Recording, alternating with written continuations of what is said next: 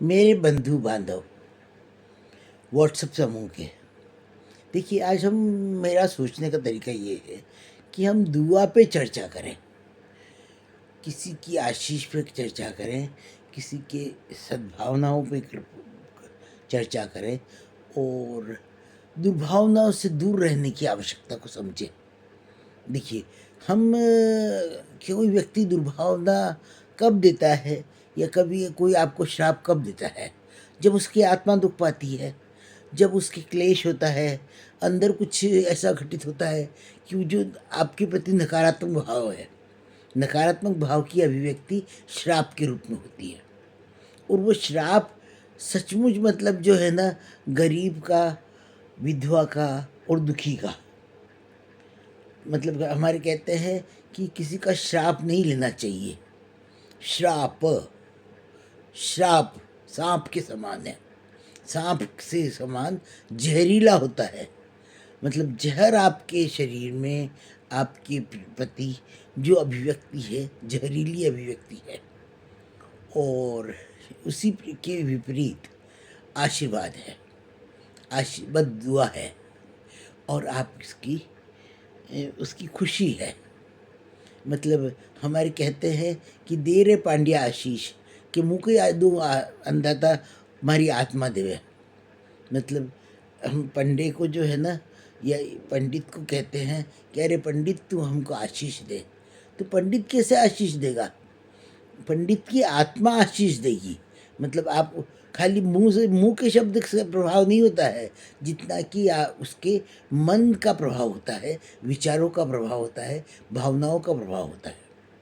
इसलिए आप अपना सोच बदले तो सामने वाले का सोच स्वतः बदल जाएगा। आप अपने जैसे मतलब जो है, आप जैसे मालिकोल मतलब जैसे विचार आप दूसरे को देते हैं, वो ही विचार आपके पास आते हैं। और इसलिए आप अच्छे विचार दीजिए, अच्छे विचार आपके पास आएंगे। आप किसी की दुआ लेंगे, किसी की कुछ आत्मा तृप्त करेंगे, किसी को लाभ देंगे, किसी की कुछ कठिनाई को दूर करेंगे, तो आपकी भी कठिनाई दूर होगी स्वतः ही।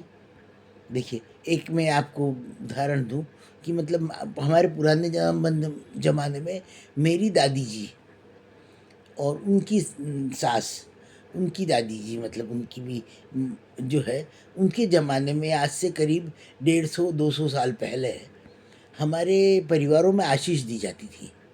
वो दी जाती थी बहू को कि सीरा बीजो सपूता बीजो और मोखरा बेटा ही बेटा जन। मतलब सीरा बीजो मतलब हलवे के समान था, सीरा बीजो मतलब स्वादिष्ट हो, जो ठंडा होना, सब मतलब आवश्यकता अनुसार होना, वो सपूता हो, सीरा बीजो सपूता बीजो। सपूत किसे कहते हैं कि जो जो सपू मतलब जो हमारे समाज के मानकों को माने वो सपूत है, और जो नहीं माने वो कपूत है।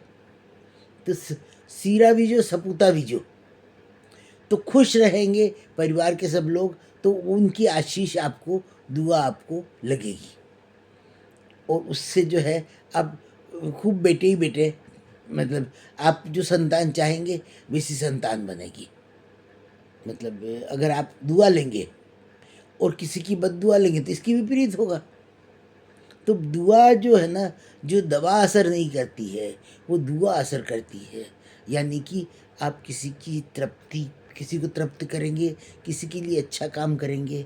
अरे भैया, मैंने तो एक जगह कहा था कि जैसी तुम्हारी माँ, मतलब जैसे मेरी माँ है वैसे ही तुम्हारी माँ भी तुम्हारे को प्रिय है। मतलब माँ तो माँ ही है ना।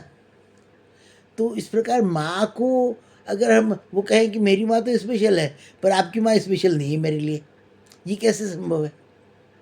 बोलिए।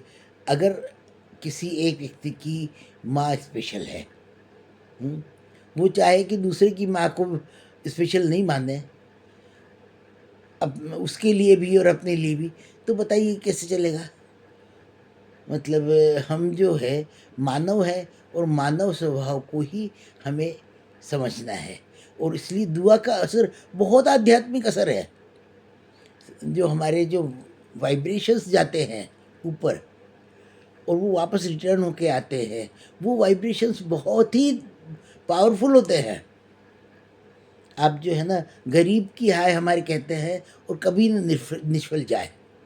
मतलब कि अगर गरीब किसी व्यक्ति की, किसी दुखी व्यक्ति की हाय ली है, मतलब उसकी बद्दुआ ली है, तो वो कभी भी निष्फल नहीं जाएगी। इसलिए उसकी हाय मत लीजिए, किसी की भी हाय मत लीजिए। हमेशा अच्छाई से, शांति से, सुख दे के और ही काम करें। किसी की दुख आत्मा नहीं दुखाए, अन्याय का प्रयुक्त आचरण नहीं करें, किसी की अभला नहीं करें। कर सके तो भला कर, नहीं तो मत कर भाई। तो इसलिए बुरा किसी का नहीं करना, भला करे तो सो भला होए।